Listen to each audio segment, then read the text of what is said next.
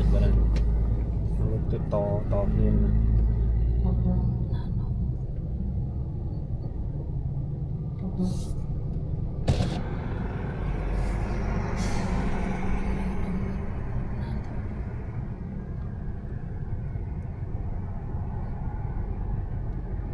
ហើយទីនោះផ្លេបញ្ញាប់ទៅណាទីពងចឹងហ្នឹង ấy lươn tí tới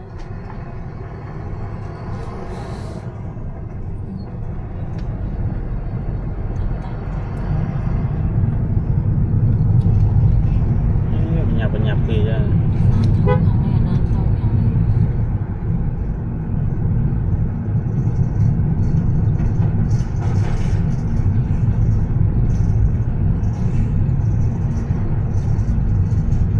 េះស្អីវាបើកកាត់មើលហ្នឹងដល់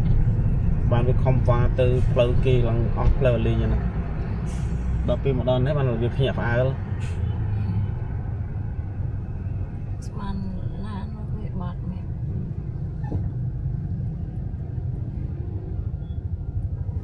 จะสงสารช่างให้มันเดินตลาดน่ะ ตั้งปีกัน